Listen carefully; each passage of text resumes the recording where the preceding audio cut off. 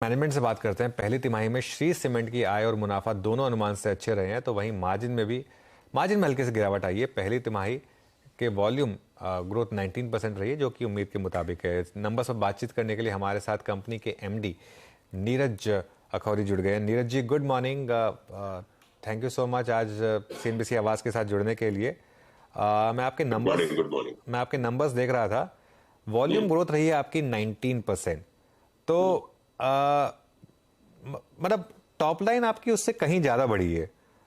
तो ऐसा क्यों हुआ? रियलाइजेशन बेटर रहे आपके, या फिर पावर रेवेन्यू जो आप सेपरेटली डिस्क्लोज नहीं करते उसकी वजह से टॉप लाइन बढ़ी है? अगर थोड़ा सा इसको एक्सप्लेन कर सकें तो। नहीं, जो पिछला तिमाही गया है उसमें जो श्री का जो परफॉर्मेंस है वो सिर्फ वॉल्यूम पर नहीं, कॉस्ट पर भी अच्छा रहा है। पावर पावर का जो एक शेयर है वो एक नॉर्मल शेयर है, वो तो रहता ही है हमारे बिजनेस में। लेकिन साथ साथ में कॉस्ट पे काफी एक टेलविंड मिला हम लोगों को, खासकर फ्यूल प्राइसेस में, जिसके जिसके चलते जो रिजल्ट्स है वो थोड़े अच्छे दिख रहे हैं। तो यहाँ से क्या ये वन ऑफ था, या फिर आगे इस तरीके की विजिबिलिटी है आपके पास? रिजल्ट आगे भी अच्छे रहेंगे क्या? ये आगे आगे के बारे में वो बहुत कुछ डिपेंड करेगा कि फ्यूल प्राइसेस कैसा इवॉल्व करता है, कैसा आने वाले मंथ्स में कैसा फ्यूल प्राइसेस का इवोल्यूशन होता है, डिमांड का क्या इवोल्यूशन होता है, बाकी कॉस्ट के क्या इवोल्यूशन होते हैं। व्हाट वो एक एरिया है जिसके बारे में अभी बोलना सही नहीं होगा। जो सही है वो ये है कि श्री अपने अपने कुछ इंटरनल कैंपेन्स, इंटरनल ऑपरेशंस पे काफी फोकस कर रहा है, और मेरा मानना है कि उससे हम लोगों के कॉस्ट पे, रेवेन्यूज पे एक पॉजिटिव इम्पैक्ट होना चाहिए। ओके सर, जैसे कि अभी आपने कहा कि डिमांड पर मैं कोई टिप्पणी नहीं करना चाहूँगा, लेकिन फिर भी मौजूदा डिमांड को देखते हुए और डिमांड पर पोस्ट तो मैं मॉनसून बड़ा जो क्लियर इमर्ज हूँ डिमांड कि होगी उसको देखते हुए। हाँ, डिमांड पे एक हाँ।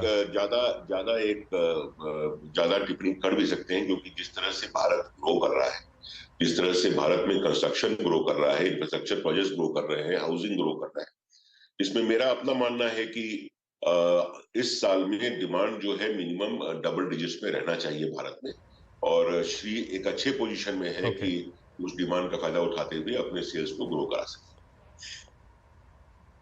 ओके सर, तो ठीक है, जो आपने डिमांड का एक प्रोजेक्शन दिया ही है डिमांड, तो इसको देखते हुए आपका व्यू क्या है सर? अगले 1-2 क्वार्टर्स में प्राइस एनवायरनमेंट कैसा रहेगा? प्राइस हाइक्स की कितनी पॉसिबिलिटी बन रही है इसको देखते हुए? नहीं, प्राइस के बहुत सिर्फ डिमांड ही उसका एक ट्रिगर नहीं होता है, कैपेसिटी यूटिलाइजेशन भी ट्रिगर होता है, सीजनैलिटी भी उसका ट्रिगर होता है, बहुत सारे उसके ट्रिगर्स होते हैं।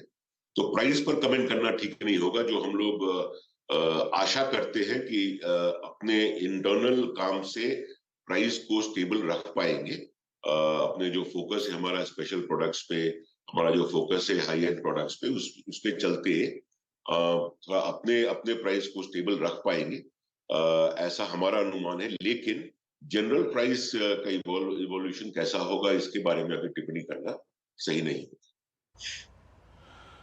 ओके अच्छा सर, थोड़ा सा अपने जो रेडी मिक्स कंक्रीट बिजनेस है सर नीरज जी, उसके बारे में बताइए। वहाँ स्थिति कैसी है और वहाँ के एक्सपेंशन प्लान्स को लेकर थोड़ा सा अगर टिप्पणी कर पाए तो। हाँ, तो जैसे हम लोगों ने बताया है कि ये रेडी मिक्स डिवीजन की हम लोगों ने शुरुआत की है।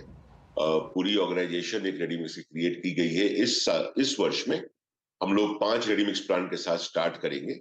लेकिन आने वाले वर्षों में, आने वाले समय में जब एक बार इस बिजनेस को अच्छी तरीके से हम लोग समझ लें, तो मेरा अपना मानना है कि इस बिजनेस को हम लोग एक बेटर स्पीड पर ग्रो कर पाएंगे। ओके, बिल्कुल। अच्छा, एक आखिरी सवाल। आपकी कंपनी में रिसेंटली काफ़ी जो एक इन्वेस्टर्स को थोड़ा सा एक झटका लगा था, वो जो इनकम टैक्स वाली खबर आई थी, वहाँ पर कंपनी का अभी क्या स्टैंड है? जो हम लोगों ने बोला भी है कि और मेरा अपना मानना भी है, हमारी कंपनी का भी मानना है कि इनकम टैक्स सर्वे एक हुआ है श्री पर। अभी भी ये एक अभी तक हम लोगों को अथॉरिटीज से कोई डायरेक्शन गाइडेंस नहीं मिला है। लेकिन हम लोग बहुत कन्विंस्ड हैं कि हमारी जो ऑपरेशंस है वो बिल्कुल टैक्स कंप्लायंट है, द हाईएस्ट कॉर्पोरेट गवर्नेंस।